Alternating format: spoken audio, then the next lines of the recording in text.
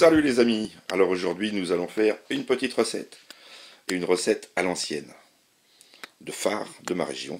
Ça s'appelle du phare poitevin et c'est fait avec de l'oseille. Alors il ne faut pas confondre bien sûr avec le phare breton, qui lui est un flan au pruneau, ni avec le farci poitevin, qui est encore autre chose. Là je vous parle de phare à l'oseille. Donc il nous faut de l'oseille bien sûr. Alors je ne vous dirai pas les quantités exactes, parce que moi je fais toujours à l'empirique.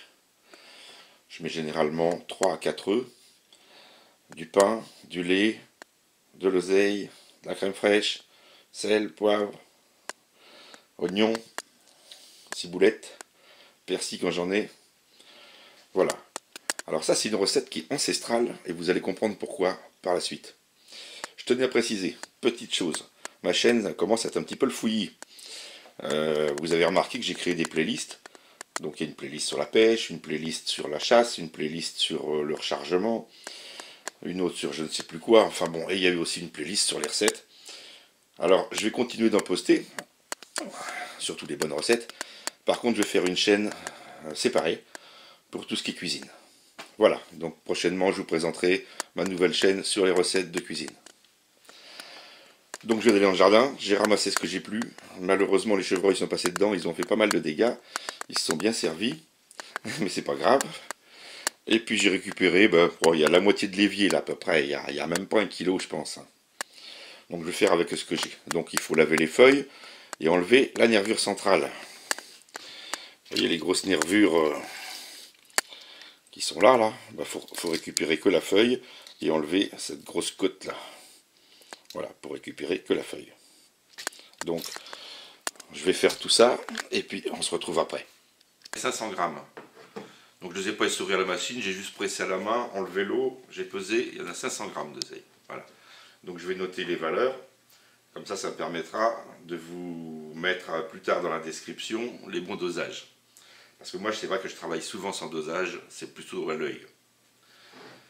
Comme faisait ma mère, ma grand-mère, voilà. Donc il nous faut oignons rouges, de préférence, on peut mettre des jaunes, hein, mais moi je préfère les rouges. Un peu d'ail, des fines herbes, des ciboulettes, de la ciboulette, là j'en avais, ça tombe bien. J'aurais eu du persil, j'en aurais mis aussi, mais j'en ai pas. Du pain dur. Alors, on ne jette jamais le pain. Jamais. Le pain, ça ne se jette pas. Donc, si vous le trouvez un peu dur, ou vous prenez un autre pain, c'est pas grave, ça ne sera pas perdu de toute façon. Alors moi, j'en fais, par exemple, cette recette-là.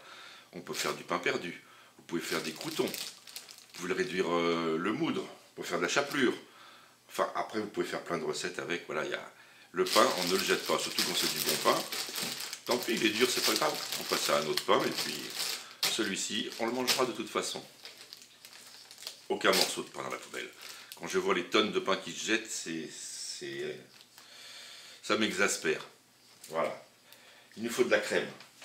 Alors là, j'ai pas l'habitude de faire de pub, mais gratuite, on va dire. Mais là, je vais vous montrer. Crème d'Isigny, AOP.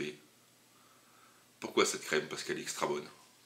Bon, elle est plus chère hein, que la moyenne, on va dire.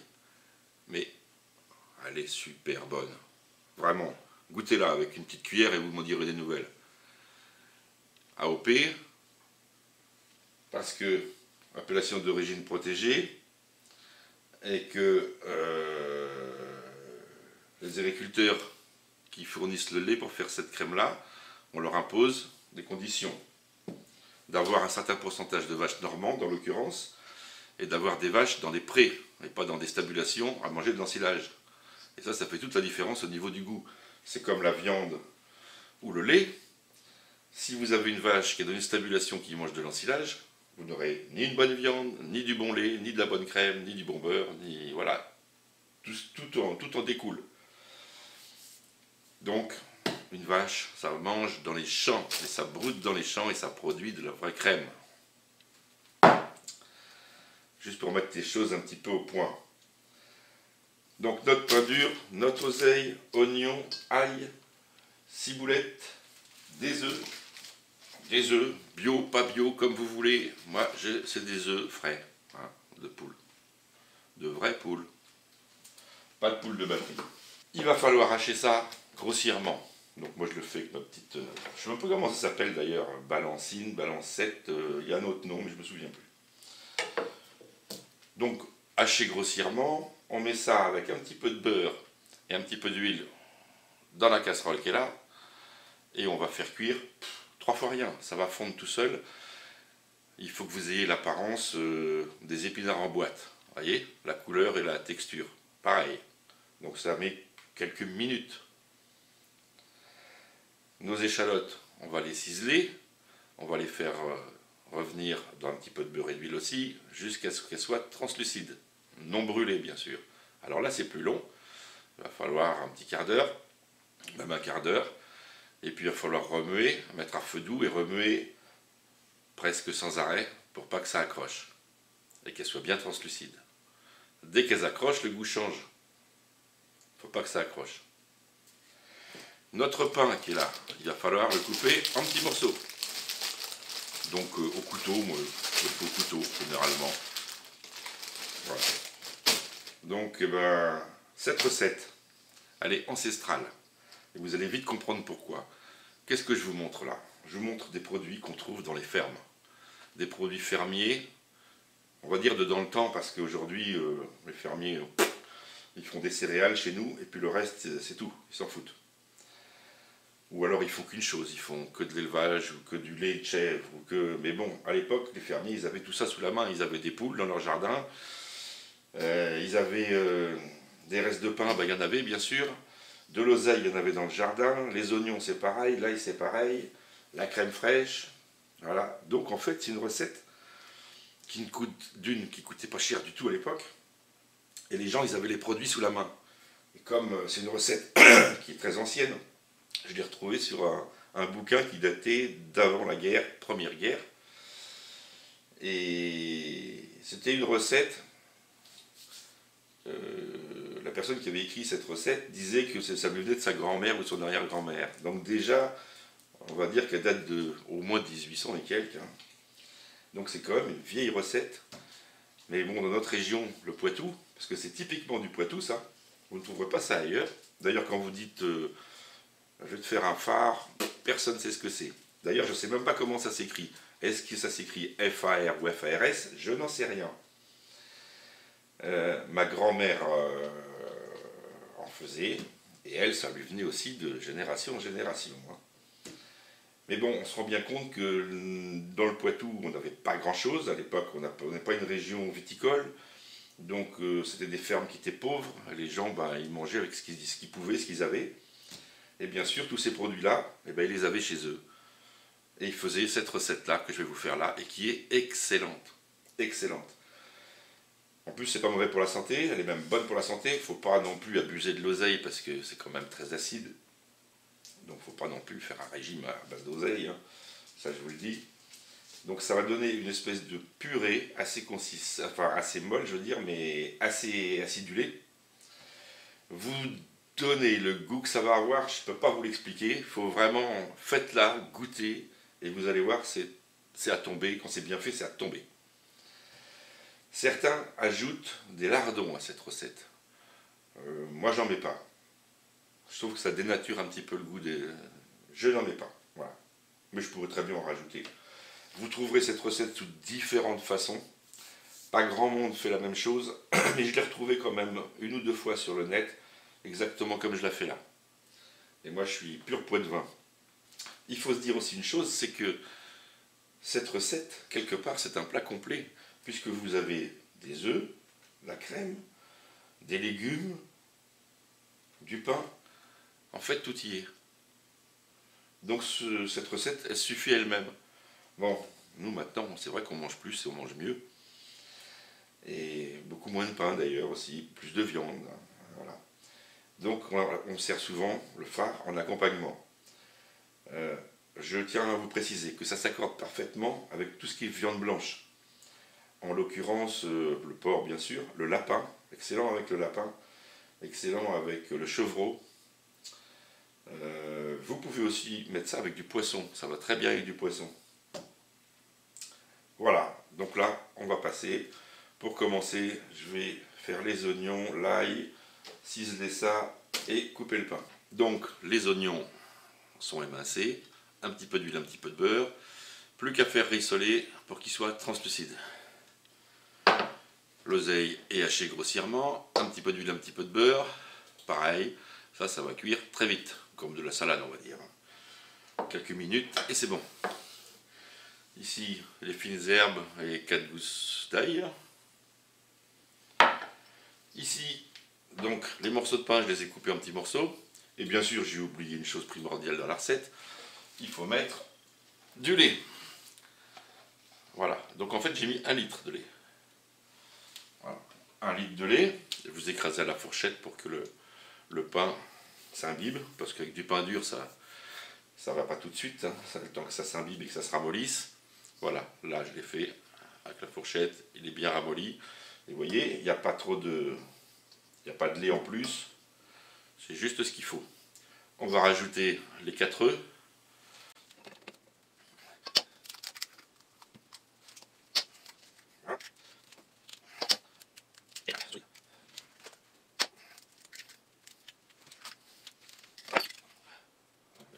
Là, on va saler poivrer. Donc moi j'utilise des 5 baies.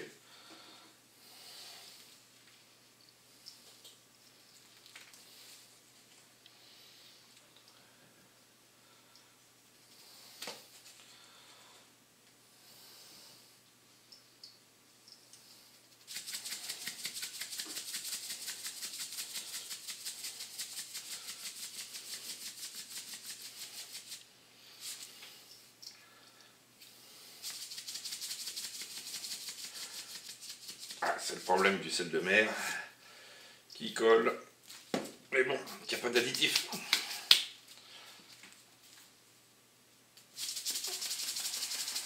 Et bien on va passer aux cuissons. Et nous revoici donc avec... Donc là j'ai tout mélangé au fouet. Donc le pain est bien ramolli. J'ai rajouté mes œufs, l'assaisonnement.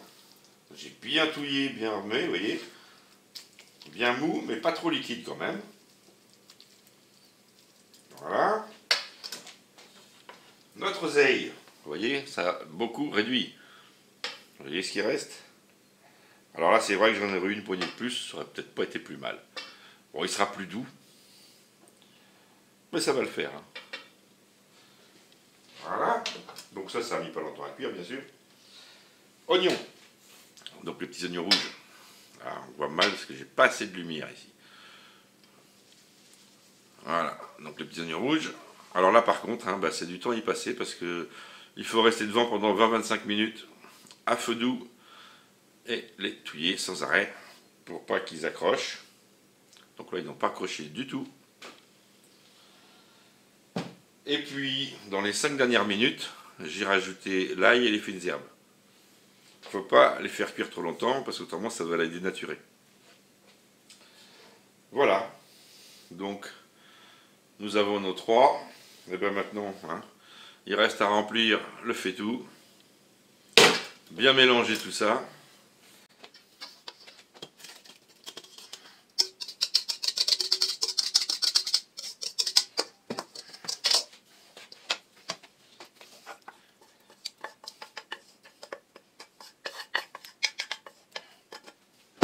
Voilà.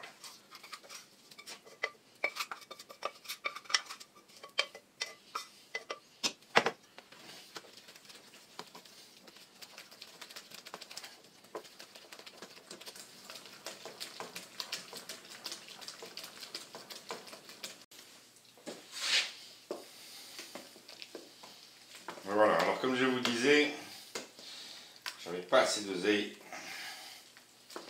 Et ça se voit à la couleur, ça devrait être un peu plus foncé que ça. On devrait obtenir une couleur kaki. Alors que là, c'est quand même assez clair. Et ça, c'est dû au manque d'oseille.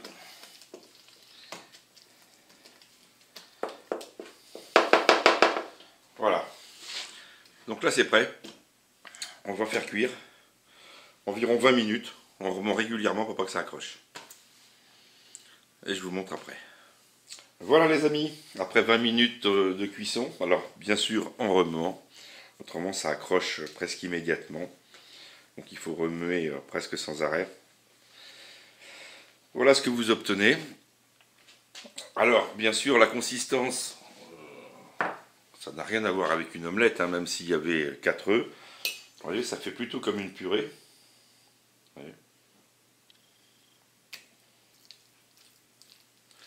Voilà, c'est plutôt comme une purée. Et je peux vous dire ça, c'est top du top. Au dernier moment, une fois que c'est fini, vous rajoutez le pot de crème, vous mélangez bien, vous rectifiez l'assaisonnement si nécessaire.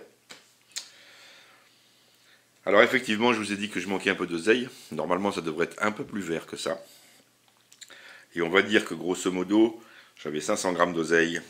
J'ai refait un peu le jardin pour essayer d'en trouver quelques feuilles en plus, mais j'ai mis quasiment rien dedans. Il me manque 2 à 300 grammes. Voilà. Il faudrait, par rapport au litre de lait qui a bu tout le pain et tout, il me faudrait 1 kg d'oseille. Voilà, pour faire très bien. Donc, j'ai triché un petit peu pour redonner un peu d'acide. J'ai remis un jus de citron en plus. Citron du jardin en plus, donc voilà, j'ai remis un jus de citron en plus pour donner un petit peu de peps. Mais c'est pas mal, hein, il manque vraiment pas grand chose. Là, on va se régaler. Voilà. Quant aux épluchures de vos oignons, vous les mettez au compost, bien sûr. Les coquilles de vos œufs, vous les mettez aussi au compost. Ou alors, vous pouvez les mettre au pied des arbres fruitiers. Principalement les pêchers, les brognonniers, voilà, les fruits à noyaux. Ça évite la cloque, plus ou moins, mais ça aide. Donc en fait, il n'y a rien de perdu. Allez, à une prochaine.